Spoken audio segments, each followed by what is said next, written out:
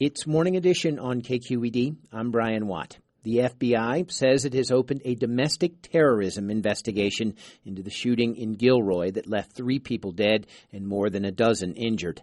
Investigators say they have found evidence that the alleged shooter was exploring, quote, violent ideologies, but they've not confirmed a motive. 6 days after Gilroy, there was El Paso.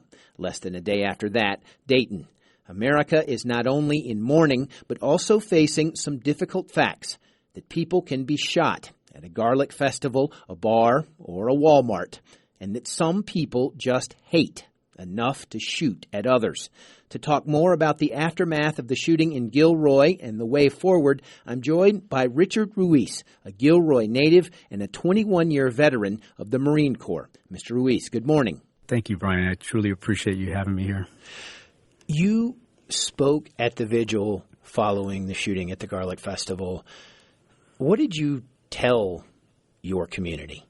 I told them that the solution right now is to be that beacon of hope, and more importantly, to demonstrate, sense of concern and care and love for those around you.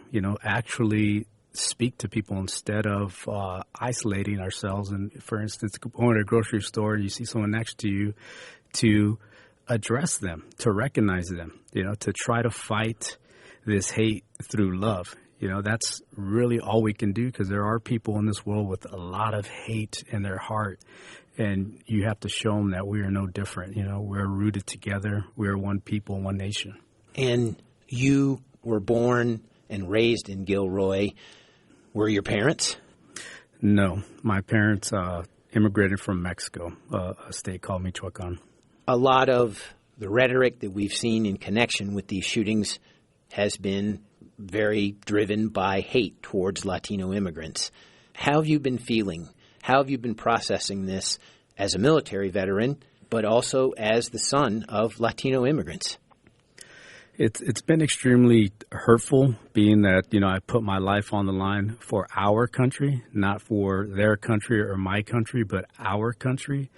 And to think that someone based off the color of my skin, or my parents, or even my children for that matter, and relatives, to think that they would be gunned down based off of their racial profile, is extremely hurtful. And I speak for all other military service members as well, who may be of Hispanic descent or just somebody of color, who goes over there with the intent of representing our nation in order to be woven into the fabric, not to be ripped out of the fabric of our nation. Often after shootings, we hear calls for stricter gun laws. This time we're hearing a lot about mental health. But these conversations don't seem to get as far as a lot of people want them to. What do you think needs to happen now?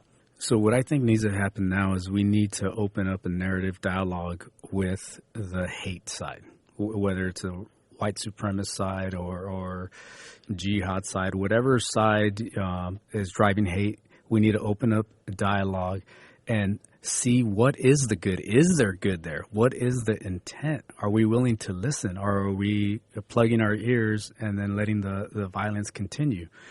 And is that how you get to someone who is motivated by hate?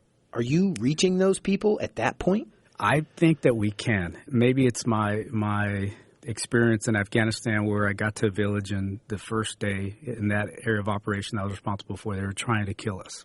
Immediately, I set up a meeting, had everybody come in, all the village elders, and everybody thought I was crazy for doing this, because there had been years of fighting there. I was just another American going in. But having them come in, hosting them, treating them with respect, listening to them, showing them that I have father just like them, a mother just like them, sons, I'm a brother, etc. Humanizing myself and listening to their human side, that alleviated all the fighting. So I would argue that if we can do something like that here, where we actually listen to other people instead of shutting them down, then we can start finding solutions and common ground to stand on. Richard Ruiz, retired Marine of Gilroy, thanks so much for talking to us.